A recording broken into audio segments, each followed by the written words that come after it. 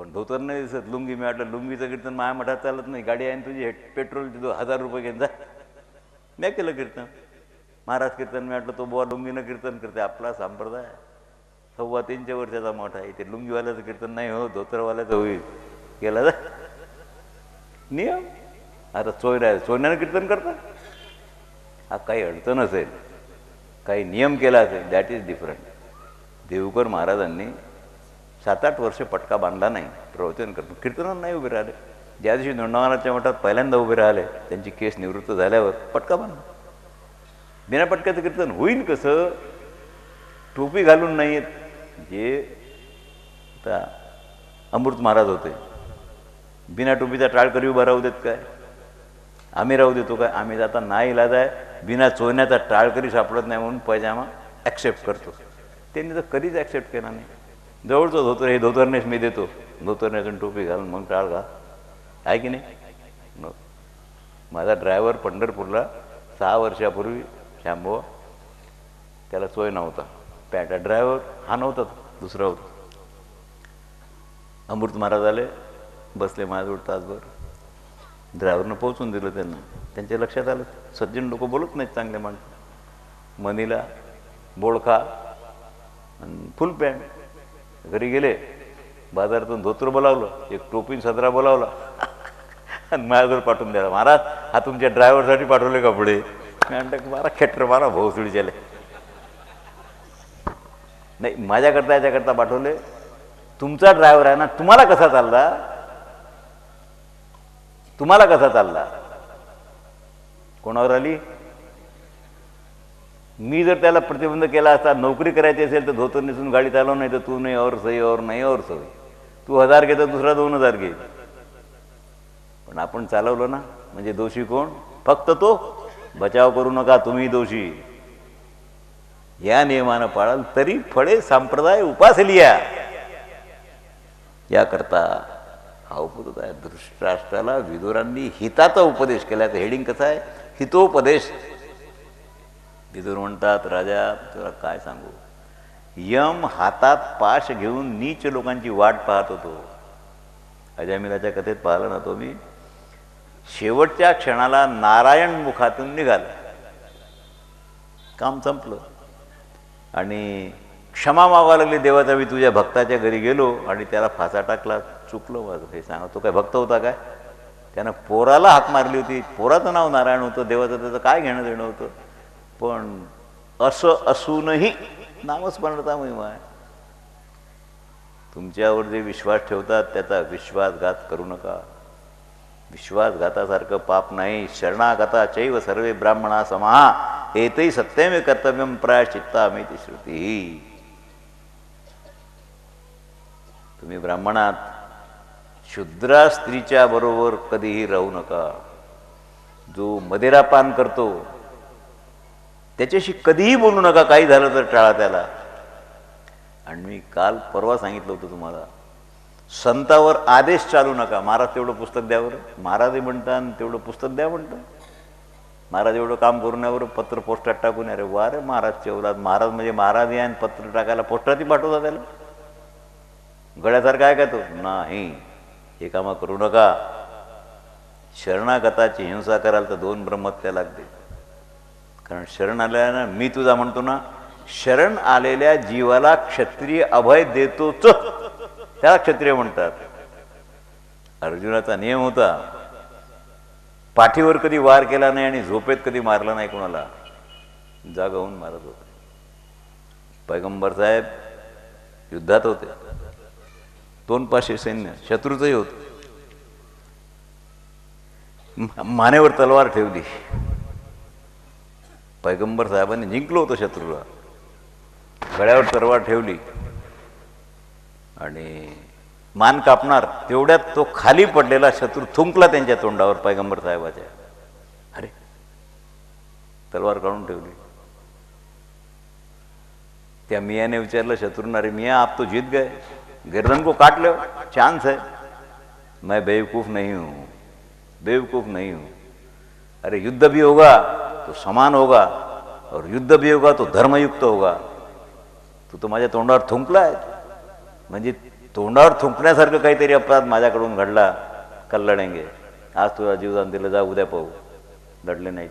काबूत आलेला शत्रू सोडून दिला. कधी घडते. म्हणून नियम प्रत्येक ठिकाणी आहेत. सज्जनाकरता नियम आहेत, दुर्जनाकरता नियम नाही. नियमाचं पालन करत नाही तोच दुर्जन, पण पालन करतो तो सज्जना ना. मी काल सांगितलं होतं एक श्लोक, गृणी राजा पुष्यरी राजभृत्या पुत्रो भ्राता विधवा बालपुत्रा सेनाजी बुद्धी व्यवहारेश वर्जिन्या. आज मुद्दाम सांगतो, मला काल शेवटी सांगावं लागला हा होता. तुमच्याजवळ धन आहे, तुम्हाला व्यय करायचा आहे, सावकारी करायची आहे म्हणा, धन वाढवायचं आहे, तुम्हाला कोणाला तरी व्याजानं पैसे द्यायचे आहेत. विदुरांचं म्हणणं आहे, दादा राजानं जरी कर्ज मागितलं तरी अधिक दयाळू राजाला कर्ज देऊ नको, येणार नाही. व्यभिचारिणी स्त्रीला कर्ज देऊ नको. राज कर्मचारी महाबदमाश असतात, एक पैसा परत देणार नाहीत, त्यांना कर्ज देऊ नको. त्यांच्याबरोबर व्यवहार करू नको. पुत्राबरोबर व्यवहार करू नको. सख्या भावाबरोबर व्यवहार करू नको. आणि लहान लहान लेकरं असणारी विधवा असेल तिच्याबरोबर व्यवहार कधीही करू नको. जो सैन्यात नोकरी करतो त्या सैनिकाबरोबर व्यवहार करू नको, कारण तो युद्धाला गेला जिवंत परत येईल की नाही पत्ता नाही आहे. म्हणून यांच्याबरोबर व्यवहार करू नये. आणि ज्याचा अधिकार छिनून घेतला गेला, त्याची सत्ता गेली, हे पुरुष व्यवहाराला अयोग्य असतात. का? यांच्याबरोबर केलेला व्यवहार कधी फलीभूत होत नाही. काल तुम्हाला हे सांगितलं होतं की आपण मित आहारी व्हावं. पांडव जेव्हा ज्ञातवासात होते, भिक्षा मागत होते. भीम मोठी झोळी भिक्षा मागत असताना खूप भिक्षा लागे त्यांना. आणि कुंती, त्यावेळेला द्रौपदी नव्हती, कुंती होती पहिल्यांदा, मग द्रौपदी आली. मग त्याचे 2 भाग करत, एका भागाचे 4 भाग, 4 पोरा करता, नकुल, सहदेव, अर्जुन आणि धर्म, आणि एक भाग स्वतः करता, आणि निम्मा भाग एकट्या भीमा करता. कारण त्यांची भूक होतच नव्हती. अवाढव्य शरीर होतं. शरीर फार मोठं म्हणून भूक फार मोठी असं नाही आहे. दुर्बलाला भूक जास्त असते, हे तुम्हाला कळत नाही. त्याचं इनर कारण आहे. तृप्त माणसाला भूक कमी. आपण वारकरी, कीर्तनकार, प्रवचनकार वगैरे फार कमी जेवतो आपण. का? अरे आपण तसेच भजनानं तृप्त आहोत, त्याच्यामुळे आपली भूक निम्मे त्यानंच गेलेली आहे, म्हणून आपण कमी जेवतो. तुम्हाला 2 लाडू जास्त वाढले तुम्ही खाऊ शकणार नाही. याकरता अल्पभोजी जे असतात ते तृप्त असतात. आणि माणसाने विचार करावा. ईर्ष्यारहित, स्त्रियांचा रक्षक, संपत्तीचा न्यायपूर्व विभाग, कधी गडबड करू नका. तुम्हाला 4 पोरं असतील, वितरण करताना समान दृष्टी ठेवावी लागेल. एका बाईला 2 पोरं आहेत, एकाला पुण्याला ₹1,00,000 नोकरी आहे, दुसरा शेती करतो, वखर वाहतो. तो नोकरीवाला आला की त्याच्याकरता वाटेल तेवढे पदार्थ नाश्त्यापासून जेवणापर्यंत 2-3 दिवस राहतो, त्याकरता पोट फुटेपर्यंत त्याला खाऊ घालतात. हा आले का त्याच्या भोवती बेसन आणि भाकरच आहे. दोन्ही तुझ्याच पोटातून निघाले ना. दोघांवर प्रेम सारखं पाहिजे की नाही. कारण धनाचा आशेष. नोकरीच्या पोरापासून तो येतो त्यावेळेला 2-5 हजार आईला देऊन जातो. हा काम पडलं तर आईलाच मागतो, आई माझं निंदन खटकलं ते बरं तुझ्या बांगड्या घाण टाकतो. काय खाऊ घालते त्याला? प्रेम खरं की व्यवहार खरा? ही परीक्षा आहे. जल, अग्नी, ब्राह्मण, क्षत्रिय, दगड ह्यांचं आपापलं स्थान आहे. आणि जे वैद्य असतात, ते विज्ञान वैद्य, वैद्य ब्राह्मण भोजनाला, पितृकर्माला अजिबात चालत नाही. आम्हाला तुम्हाला श्राद्ध करायचं आहे बापाचं, ब्राह्मण सांगा जेवायला, पण वैद्यकी करणार ब्राह्मण नाही. का नाही? ब्राह्मणच आहे तो. याचं कारण आहे, पूर्वी औषधीचे कारखाने नव्हते. वैद्य घरी वनस्पती आणून औषधं करत असत. त्या औषधीत नारायण तेल बनवावं लागते, महानारायण तेल. ते महानारायण तेल बनवताना नरमांस शिजवावं लागते. नरमांस शिजवल्यावर महानारायण तेल होत नाही. हे त्या वैद्याला करावं लागते. म्हणून तो वैद्य निश्चित आहे. श्राद्धात जेवायला सांगता येत नाही. हे बारीक असते थोडंसं. अमुक पदार्थ श्राद्धाला चालत नाही. सूर्याची पूजा करता शंख घंटा ठेवला तर पूजा वाया जाते, हे माहीत पाहिजे ना. गणपतीला दुर्गाच व्हावे लागते. तुळस वाहून चालेल काय? म्हणून ती वनस्पती आहे, पण काही त्याच्या बाग पिठी आहे, काहीतरी आहे. काही गोष्टीचा एक अनुभव असतो माणसाला, आणि काही गोष्टी संताद्वारा आपल्याजवळ आलेल्या असतात. अप्राप्त कालम वचनम बृहस्पती वनम. धृतराष्ट्र म्हणतो, विदुरा, ऐश्वर्याची प्राप्ती आणि नाश हे स्वतंत्र आहेत काय? तू मला बोलून राहिला, मी ऐकून राहिलो, चूक माझी आहे ही मला कबूल आहे. पण ऐश्वर्याची प्राप्ती समाजात ज्या लोकांना होते ती त्यांच्या प्रारब्धानं झालेली आहे की प्रयत्नानं झालेली आहे? धृतराष्ट्र सांगतो, बरं, ज्याप्रमाणे ती कठपुतली असते दोरीनं बांधलेली, ती खेळवते, त्याप्रमाणे जीवाला प्रारब्ध खेळवते, प्रारब्ध फलीभूत होते आणि प्रारब्ध आधीन जीव वागतो. याकरता मी ऐकून राहिलो, पण माझं प्रारब्ध हे आहे, त्याला तू काय करशील? विदुराने येस नाही म्हटलं. विदुराने सांगितलं, राजा चूक आहे. आत्ता जे प्रारब्ध आहे ते मागच्या जन्मीचं क्रियमाण आहे की नाही? त्या कर्माचं हे फल आहे की नाही? आत्ताचं क्रियमाणाचं प्रारब्ध झालेलं. मग हे प्रारब्ध कुणाचं आहे केलेलं? त्याच जीवाचं आहे की नाही केलेलं? प्रारब्ध कर्म करायला तुम्ही स्वतंत्र होते ना. आत्ता प्रारब्धाला बांधलेला आहे, पण ज्यावेळेला एक कर्म केली त्यावेळेला तू स्वतंत्र नव्हता काय? मग हे कसं काय झालं? याचं उत्तर असं नाही. तुला वाटतं की प्रारब्ध आधीन सगळं आहे, असं नाही आहे. प्रारब्ध निर्माण करणंच तुमच्या हाती होतं, तिथे तुम्ही चुकले, म्हणून तुम्हाला पाचवाचं प्रारब्ध निर्माण झालं. संचित प्रारब्ध क्रियमाण अवघा झाला नारायण. संताला प्रारब्ध आहे काय? संचित आहे काय? क्रियमाण नाही. तुका म्हणे, आम्ही झालो अग्निरूप लागून ती पाप पुण्यांगा. तुम्हाला मुहूर्त पाहावं लागतं, पूर्वेला जावं की पश्चिमेला, दिवस चांगला आहे की नाही, घटका चांगले आहे की नाही. आपण हरिपाठाला मुहूर्त पाहतो काय? माणूस मेला तर मुहूर्तावर मरतो काय? बुड्याला सांगतो सध्या मरू नका, बेती पाहत आहे, 2 घंट्यानं मरा. काय हास्यास्पद आहे ते. पण लग्न करायचं आहे, मुहूर्त पाहता, कारण लग्नात धोका आहे, मरणात धोका नाही, सप्ताहात धोका नाही, कोण्याही दिवशी. हरिहरी म्हणायला काय मुहूर्त पाहावा लागतो काय? हरिपाठाला काळवेळ नाम उच्चारिता नाही, काय पाहावं लागते काय? मग तुम्ही संसार परमार्थाची संलग्न करता, कोणत्या बेसवर करता? जे वृद्धी भविष्यात नाशाला कारण होईल त्याला महत्त्व देऊ नका. आजची माणसाची जी वृद्धी आहे ना, ती भविष्यात नाशाला कारण होईल. आज तुम्ही कोट्याधीश व्हाल, पण केलेलं कोण भोगेल की न भोगावं लागेल. म्हणून परिणामाचा विचार करा. आरंभाचा विचार करता, अर्जुन परिणामाचा विचार करतात. मी युद्ध करत नाही, शस्त्र खाली ठेवलं, परिणामाचा विचार करू. चूक होती त्यांची, पण कोणालाच कळली नाही. दुर्योधन तत्पर आहेत युद्धाला. आरंभाचा विचार, माझ्याजवळ भीष्म आहेत, द्रोण आहे, कर्ण आहे, आम्ही 100 भाऊ आहोत, आणि आमच्याजवळ किती, यांच्याजवळ तर थोडं आहे आमच्यापेक्षा. अरे 21 शेवटी जास्त सैन्य दुप्पट कोणाजवळ आहे? दुर्योधनाजवळ. यांचे तर सगळे सोयरे होते, फक्त दुसरं कोण होतं? म्हणून आरंभाचा विचार करतो तो दुर्योधन, परिणामाचा विचार करतो तो अर्जुन. पण देवाने गीता सांगून त्यावेळचा अर्जुनही संपवला ना. परिणामाचा विचार करून मी युद्ध करत नाही हे म्हणणारा अर्जुन शेवटी काय बोलला? तू म्हणशील ते करतो. कधी? गीता ऐकल्यानंतर. याकरता माणसात बदल काळ्याचा गोरा नाही होत, माणसाची वृत्ती बदलते श्रवणानंतर. म्हणून मोक्ष स्यायता श्रवणाची माझी. बुद्धिमान जो माणूस आहे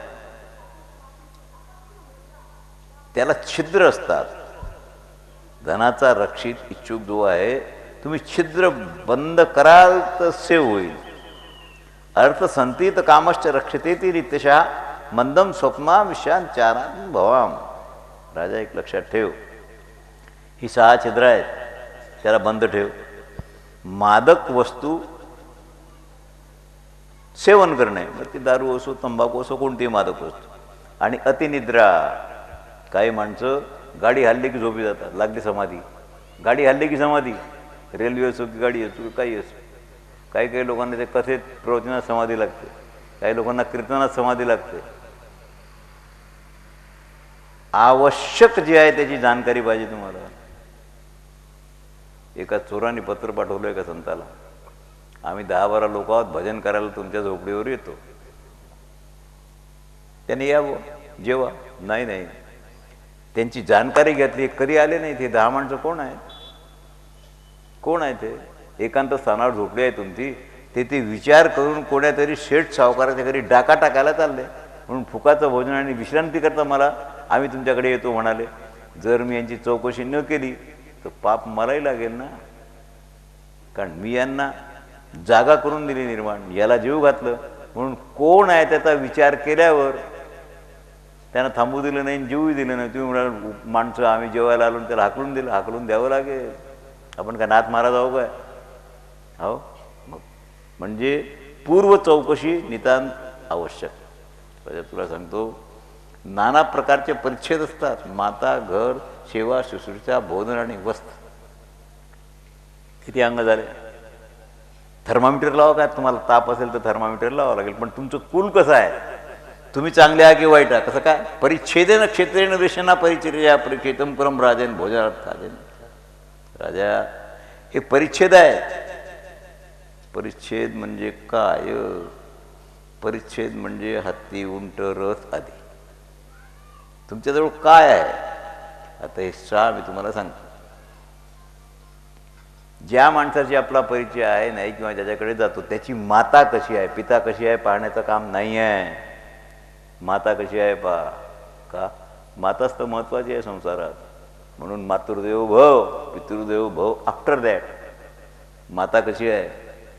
घर कसं आहे? तुळशीचं वृंदावन आहे काय? रांगोळी घातलेली आहे काय? छडा घातलेला आहे काय? आणि सेवा शुश्रूषेचा प्रकार. एखादा संत गेल्यावर, लोहिया महाराजकडे आम्ही असताना रामकृष्ण केंद्रीने आम्ही 2-3 माणसांना अहमदनगरला गेलो. अहमदनगरला त्यांची भाची होती, कुठे लोक. तिथे गेलो, महाराज होते, कॉफी पित होते, मी होतो, रामकृष्ण महाराज आम्हाला बोलावलं. मी गेलो. कॉफी करणारा नोकर असेल ते ठीक आहे, आणणारा तो असेल ठीक आहे, पण सेवा करायला रोजाचा माणूस होता. महाराज झोपले, त्याला सांगितलं महाराजचे पाय चोरून दे. सेवकाला, सगळ्या सेवेला घेतलेली सेवा. फक्त दर्शन घेतलं लोहिया महाराजांचं, सेवा कोणतीच केली नाही. त्यांनी कॉफीचा कप खाली ठेवला, सांगितलं की माझी इच्छा नाही गड्या, मी काही घेत नाही. तर आम्ही म्हटलं काय सांगा महाराजांना, आमची कॉफी बुडवली. तांग्यात बसले, तांगे होते तेव्हा. पंढरीला मठात आल्यावर म्हटलं महाराज तुम्ही नाही घेतली, आमची गेली. सांगितलं तुम्ही गाढवा, तुम्हाला अक्कल नाही आहे. अरे जो नोकराच्या हातून सेवा करवतो त्याच्या घरी काय जाऊ, काय पाणी पिऊ त्याच्या घरी? सेवा स्वतः करावी लागते. नोकर लावून सेवा? एखादा संत तुमच्या घरी आला त्याच्याकरता सालदार सांगता काय महाराजच्या सेवेला ठेवला गडी? याला सेवा म्हणतात काय? त्याच्या घरी पाणी प्यायचं नाही. म्हणून काय काय पाहाल? माता, घर, सेवा शुश्रूषेचा टाईप आणि भोजन. तुमच्या भोजनात दही तूप हे आहे की तेलाचं आधिक्य आहे की मांसाचं आधिक्य आहे की खरमरीत लागेल असं फोडणीचे पदार्थ आहेत, भजे बिजे आहेत, हे पाहावं लागेल. म्हणजे तुम्ही सत्वगुणी जेवता, रजगुणी जेवता की तमोगुणी जेवता. मन बनलेलं आहे अन्नाचं. It is made of food only. तमोगुणी भोजनाचं मन तमोगुणी राहील, रजगुणी खाणाराचं रजगुणी राहील, सत्वगुणी खाणाराचं सत्वगुणी राहील. किती गोष्टी झाल्या? याची परीक्षा करा. आणि वस्त्र 6वा भाग आहे. वस्त्र शालीन आहेत की नाही? पुरुषांची वस्त्र कशी आहेत? स्त्रियांचं अर्ध शरीर नग्न दिसते काय? वस्त्र कशी आहेत? जाड आहेत की पातळ आहेत? हे पाहून 6 गोष्टी सिद्ध झाल्या तर तिथे पाणी प्या, नाही तर दुरून राम राम करून निघून जा. हे विदुर बोलले काय? 5000 वर्षापूर्वीचे आज लागू होत नाही काय? हे प्रत्येक कालाकरता नीती आहे. देहाभिमानानं रहित पुरुष असेल, न्याययुक्त पदार्थ जर त्याच्याजवळ उपस्थित झाला, त्याने विरोध करू नये. आता या पदावर मी सांगतो, किमकारस्य प्रतिभागो विद्यते मुक्तस. अपरिग्रहाच्या माणसाला अहंकार झाल्यापासून राहत नाही. बाकीचे सगळे लोक धन घेतात, मी काहीच घेत नाही. अहंकाराला जन्म देईल. काशीला एक महात्मा होता, करपात्री स्वामी जिवंत होते त्यावेळेला, अखंडानंद सरस्वती होते, गंगा घाटावर आश्रम त्यांचा. ते कधी कुणाला सेवाच करू देत नव्हतं. आजारी पडले तरी स्वतः कपडे कुणाला छाटी धुवू देत नव्हते, कुणाचं काहीच नाही. करपात्री स्वामी त्यांच्या दर्शनाला गेले, वृद्ध होते. त्यांना सांगितलं महाराज, सेवा करण्याची इच्छा तुमच्या शिष्याच्या मनात आहे, ती अर्धवट राहते. थोडीफार सेवा करू देत जा, थोडंफार अन्न ग्रहण करत जा. हे तुम्हाला एखाद दिवशी भरावं लागेल. त्यांना पॅरालिसिस झाला, अर्धांगवायू झाला, हागालाही जाता येईना, मुतालाही जाता येईना, जागेवर सगळं. आता कोण करील? कोणी शिष्य नाही, कोणाला करू देत नव्हते, कोणाचं खात नव्हते. आता काय पॅरालिसिस झालेला माणूस स्वयंपाक करेल? करपात्रजीला निरोप पाठवला. स्वामीजी आल्यानंतर त्याने सांगितलं, महाराज ही आता चूक माझ्या फलाला आली. मला पक्षाघात का झाला? सांगितलं, तुमच्या कारणानं झाला. तुम्ही तुमच्या हजारो शिष्यांची इच्छा पूर्ण ठेवली, कुणाचं खाल्लं नाही, कुणाचं घेतलं नाही. मी अपरिग्रही जगाला दाखवलं, त्याच्यामुळे अनेकांच्या इच्छा एकत्रित झाल्या रोगाच्या रूपात. तुका म्हणे पापी ती रोगाच्या रूपे, आणि तुम्हाला पॅरालिसिस झाला. आता तुम्ही याच्यातच मराल. शेवटी लोकच जाळतील ना की तुम्हाला जाळून घ्याल. लिमिटेड सेवा घ्यावी लागेल, सीमित सेवा घ्यावी लागेल. जेव्हा शास्त्राची मनाई नाही ती सेवा घ्यावी लागेल. पण तुम्ही एकदमच झिरो करून टाकाल तर गडबड होईल ना सगळी. झाली की नाही गडबड? म्हणून एक तर अपरिग्रहाच्या ठिकाणी हा दोष निर्माण होतो, त्याला अहंकार खाऊन टाकतो. कारण तो लोकाला पाहतो, हा माणूस कीर्तनाचे 100 रुपये घेतो, मी 1 रुपया घेत नाही, म्हणून मी शहाणा. त्याच्यामुळे होतो अहंकार, आणि अहंकार शेवटी नरकाला नेतो. हे मी माझ्याकरताच बोलतो, तुमच्याकरता नाही. त्याचं सोल्युशन आहे आमच्याजवळ. हे करत असताना जसं अंगावर कवच आहे, शस्त्राचा वर्षाव झाला तर कवच रक्षण करेल ना. हे कवच धारण केल्यावर मग तुम्हाला तसं वागता येते. ते नसेल तोपर्यंत काही करता येत नाही. म्हणून तुकोबाराच्या कडव्याचा अर्थ सार्थक लावत. आपले केले आपण काय, तुकावंदी त्याचे पायाचा अर्थ काय? इंद्रियांना काबूत ठेवणं. मृत्यू कठीण, पण मृत्यूपेक्षाही कठीण आहे इंद्रिय आणि मनाचा संयम. संपूर्ण प्राण्याच्या प्रती मार्दवम सर्वभूतानाम असूया क्षमा दुर्ते आयुष्य आणि बुधा प्राहुर मित्रांनामची मानाम. कोमलतेचा बिहेवियर पाहिजे. आणि गुणात दोष पाहू नका. निर्दोष प्राणी जन्माला आलेला नाही आहे, पर्सेंटेज आहे. 100 दोष असतील, 100 गुण असतील, कधीच नाही. काही दोष काही गुण असतात. म्हणून तुमच्यापेक्षा जो सदोष माणूस आहे त्याचे दोष काढण्याचा प्रयत्न करा. त्याचे दोष दाखवून त्याच्याकडे पाहू नका. कारण काय, गुणवानाने आपल्यापेक्षा गुणवान असेल त्याची सेवा करावी, आणि जो दोषी असेल त्याला दोष निवृत्त कसे करावे हे सांगावं. दुसरं काही नाही करताय. धैर्य आणि मित्राचा अपमान, आयुष्य आणि बुधा, क्षमाधृती ही क्षमा, धैर्य. आणि तुम्हाला सांगतो, मित्राचा मित्राने अपमान करू नये. त्याचा जर सत्कारच केला ते आयुष्याला वाढवतात. पण आदरणीय व्यक्तीचा जर अपमान केला तो कुलाचाही नाश करतो. कारण आग लागल्यावर तेवढीच राहत नाही, ती ज्या वेळेला फैलावते त्याला सगळा वाडा खलास होऊन जातो. याकरता आणि नियम जगात कसा आहे, सब ही सबाय सबल को कोई न निबल सहाय, पवन बुझावत आग को दीप ही देत बुझाय. वारं सुटलं की समय विजून जाईल, पण कुठे आग लागली आहे ती जास्त प्रज्वलित होईल. म्हणून माणूस निर्बलाला मदत करतच नाही, सबलालाच मदत करतो. आता एक अतिचा श्लोक तुम्हाला सांगतो. मलाही भूक लागली आहे, तुम्हालाही लागली असेल ना. मी नाश्ता बिस्ता करून आलो, कमी लागली, पण लागते तर खरं 2 तास भरून. एवढा श्लोक सांगतो आणि आपण 62व्या श्लोकावर हवे. लक्षात ठेवा. मला फक्त आठवण द्या, कारण 82मुळे माझी स्मृती जरा मंद झाली आहे. मंद आठवण नाही राहत मला. आता भूक लागली याची आठवण आहे, बाकी काही नाही राहत. बस एक श्लोक सांगतो. अत्यारमती प्रमादाता मतिशूरस्ततिव्रतम प्राज्ञाभिमानितम चैव शील भार्य अनुप. अत्यंत श्रेष्ठ, अतिशय दानी, अतिव शूरवीर, अधिक व्रत नियमाचं पालन करणारे आणि अतिबुद्धिमान, बुद्धीच्या गर्वात चूर असणारे, ह्या माणसाजवळ लक्ष्मी कधीही राहत नाही नाही नाही. लक्ष्मीची निवासस्थानं कोणती आहेत? दया, धर्म, काय असेल ते, करुणा. गौतम बुद्धाची ज्यांच्या चित्तात आहे तिथे लक्ष्मी राहील. पण ज्यांच्याजवळ अति आहे ते फारच मोठे आहेत, फार मोठे श्रेष्ठ आहेत, त्यांच्याजवळ लक्ष्मी जात नाही. कारण लक्ष्मी भीते. तो म्हणते हा एवढा मोठा आहे की मला घाम फुटतो, म्हणून ती त्याच्याकडे जात नाही. झालं. अतिदानी, त्याच्याकडे अजिबात पाहत नाही. ती म्हणते माझा याच्याला काय उपयोग आहे, मी ज्याच्या तिजोरीत गेली की दुसऱ्या दिवशी दान करून टाकतो, याचा माझा समागमच होत नाही, काय करू जाऊन. म्हणून अतिदान करणार जवळ लक्ष्मी नाही. अतिव शूरवीर आहे, लक्ष्मी त्याच्याकडे पाहत नाही. तिला माहिती आहे शूर आहे, लढाईला भीत नाही. उद्या रणांगणात गेला मेला, कुंकू पुसा हट जाय, त्याच्यात वेळी जात नाही. फार व्रत नियमाचं पालन करतात काही बाया माणसं, माणसापेक्षा बाया फार व्रत नियम पालन करतात. पण कधी कधी ते खोटंही असते. मला आज चतुर्थी आहे, अर्धा डझन केळं, 2 सफरचंद आणि अर्धा किलो XYZ काजू घेऊन या. मेला नवरा, कमी पगार असला तर 2 दिवसाचं भोजन एका उपासानं खाल्लं गणपती महाराजच्या. बायांची उपास म्हणजे नवऱ्याला दंड आहे. ते खादाड असतात पण खाण्याचा प्रकार बदलतो, इतकंच होते. उपवास आहे, उप म्हणजे जवळ, वास म्हणजे त्या गणपती बाळाजवळ दिवसभर बसून राहणे, त्याची माळ जपत, त्याला उपवास म्हणतात. पण ते उपवासाच्या निमित्तानं 200 रुपयाचा फराळ म्हणजे कसं, काय करावं आता, कठीण आहे की नाही. हसू नका, हे करता की नाही तुम्ही.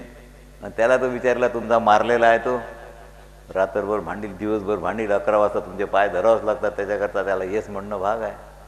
कारण घरात कुणी रागावलं तर चालेल, बाप रागावला चालेल, आई रागावली चालेल, काट्ट रागावलं, बायको रागावली की तुमचा चेंदा झाला. भांडता तुम्ही 11 वाजेपर्यंत, भांडण का मिटते मग तुमचं, याचं उत्तर देता काय. मी तुम्हाला माहीत नाही, ते यांना माहीत आहे, तुमच्या मागं बसले आहेत ते, कारण दे आर वेल एक्सपिरियन्स. अति करू नका.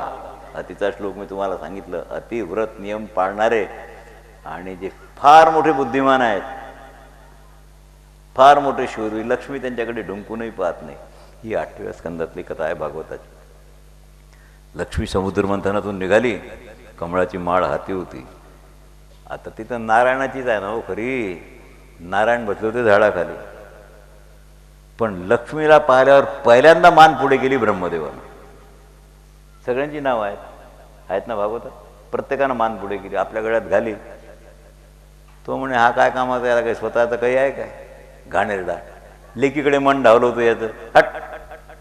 इंद्राला म्हणे तुला स्वतःचं बल आहे का, देव तुला गादीवर बसवतो तेव्हा तू शासन भोगतो. मोठे मोठे महाराज दुर्वासासारखे हट क्रोधी आहे. शंकराला रिजेक्ट केलं, मुर्द्याची राख लावतो अंगाला, अपवित्र आहे, बाजूला हो. शंकराला मग कोण राहिलं, कोणीच नाही. आता तशी राहील, कुमारी राहील. इस ब्याहे से तुम्हाला कुवारी भली ती, तसं नाही. ती शोधत होती विष्णूला. ज्याला पाहिजे तो लक्ष्मीच्या मागं धावत नाही. हे जे धावणारे आहेत माना पुढे काढणारे, एकावरी कृपा नाही. पण ज्याला गरज नाही, झाडाखाली बसलाय, गुडघ्यावर पाय ठेवून, रेटून झाडाच्या बुंद्याला, तिथे गेली, विचारलं नाही. माझा नवरा होता काही विचारलं नाही, हातातली माळ गळ्यात टाकली. नारायण वामांकावर, उजव्या बसवू नका, घोटाळा होईल. डाव्या मांडीवर बसवली. उजवी मांडी पुत्रवधू आणि कन्येची आहे. सत्यवतीला जेव्हा घरी आणलं, त्याच्या आधी ती राजाच्या मांडीवर बसली रानात, गंगेच्या काठावर. आणि राजाला सांगितलं, राजा मला पत्नी करून घे. धर्मवान राजा, पूर्वज पांडवाचे. त्यांनी सांगितलं तुझी चूक झाली, तू माझ्या उजव्या मांडीवर बसली आहे. उजवी मांडी पुत्रवधूची, आजी कन्येची आहे, डावी मांडी पत्नीची आहे. म्हणून मला तुला बायको नाही करता येत, पुत्रवधू करून घेईल, सून करून घेईल. म्हणून घरी गेल्यावर पोराला सांगितलं गंगेच्या काठावर जा, शुभ्र वस्त्र परिधान केलेली स्त्री दिसेल तर अतिशय सुंदर, रूपाला वाळू नको, धर्म पहा, माझ्या आज्ञेने तिच्याबरोबर लग्न कर. आणि तरी सत्यवतीची कथा तुम्हाला माहीत आहे. कधी आणलं म्हणजे इतकं महत्त्व स्थान हो. दत्तक घेताना कुठे बसवतात हे बामणाला माहीत नाही, पण धर्माला माहीत आहे. मांडीवर बसून दत्तक घेतात की नाही. मी माझ्या आज्याने मला दत्तक घेतलं. माझे आजे 2 भाऊ होते. 1800 एकर शेती, 900 एकर शेती एकाच्या हिश्श्यावर आली. लहान आजोबाला संतती नाही, दुसरी बायको केली, तिसरी केली, झालीच नाही त्याला काय. आणि मोठ्या आजोबाला 2 मुलं होते. मग ते म्हणत की एक मुलगा मला देऊन टाक वगैरे, काय भानगड. मग आता त्यांनी मला दत्तक घेतलं, म्हणजे नातवाला. हे सगळं झालं. ते दत्तविधान जे झालं ते वयाच्या 1.5 वर्षानंतर, 2 वर्षानंतर. कोर्टात दत्तविधान व्हावं लागतं. पुढे न जमलं तर सर्टिफाईड पाहिजे. दत्तक घेताना ब्राह्मण होते पूर्वीची, माधव भटजी वगैरे विद्वान ब्राह्मण, त्यांच्या साक्षी सहाय त्याच्यावर. ते म्हणत असं नाही घेता येतो, याला उजव्या मांडीवर बसवा मग दत्तक घ्या. उजव्या मांडीवर बसून दत्तक घेतलं. पुत्राचं स्थान आहे, बाकी कुणाचं कुठे आहे याच्याकरता महत्वच ते स्थानाचं. आपण अध्यान वृक्षाखाली पारायण करतो, कसं बसता? आम्हाला 100 पारायण ॲट ए टाईम मामासाहेबांनी करायला लावले. आम्ही 210 पोरं होतो. पाणी प्यायचं नाही, 1 पेला दूध पिऊन पारायणाला बसा, मांडी बदलायची नाही. फार कडक होतं. आणि तास, पहिल्या दिवशी गीतेसहित पारायणाला 13 तास, 2 दिवस 12.5 तास, मग 12 तासात रोजचं पारायण गीतेसहित. तर 12 तासाच्या वर लागतच नाही. पण मांडी न बदलता कळ निघाली, कसं करू, लवंग तोंडात टाकू, कराट कुछ नाही, जुंपलेला बैल आहे तसं. म्हणून अति कशाची करू नका. अति कराल तर गर्वाला जन्म द्याल. शुश्रूषा, भोजन, वस्त्र, 3 गोष्टीकडे फार लक्ष द्या. जे शक्तिहीन आहेत ते शक्तीहीन तर क्षमा करतातच, विशेष काहीच नाही. पण जे बलवान आहेत त्यांनी क्षमा करावी. बलहीनाचा अपराध केल्यावर त्याला क्षमे वाचून इलाजच नाही ना, काही करू शकत नाही, नपुसक आहे तो. पण जे पुरुष आहेत, बलवान आहेत, ते शिक्षा करू शकतात, ते क्षमा करतात, म्हणून ते महापुरुष आहेत. मनुष्य धर्म आणि अर्थ त्यापासून भ्रष्ट होत नाही. तुम्ही याचं सेवन करा. का करा? लक्ष्मीचं असं आहे, नचाती गुणवस्थेन नात्यन्य निर्गुणच्या नैशाम गुणान काय ते निर्गुणात अर्चना उन्मत्ता गौरवांशी कश्चित देव तिष्ठते. हा फार गोर श्लोक आहे. लक्ष्मी अत्यंत गुणवानाजवळ राहत नाही आणि एकदम युसलेस निर्गुण आहेत त्याच्याजवळ राहत नाही. पण ज्याच्या ठिकाणी आवड आहे पण काही गुण आहेत, काही दोषही आहेत, त्याच्याशीच तिचा अनुराग, म्हणजे तिची प्रीती असते. ज्याप्रमाणे उन्मत्त गाय आहे, उन्मत्त गायीला सांड लागतो, बैल नाही चालत, सांड, नस कापलेली असते. उन्मत्त झालेली गाय जशी सांदाकडे जाते त्याप्रमाणे आंधळी लक्ष्मी कुठे कुठेच थांबते. कुंडलिक वरदा हरी श्री ज्ञानदेव ठाला विठ्ठला विठ्ठला.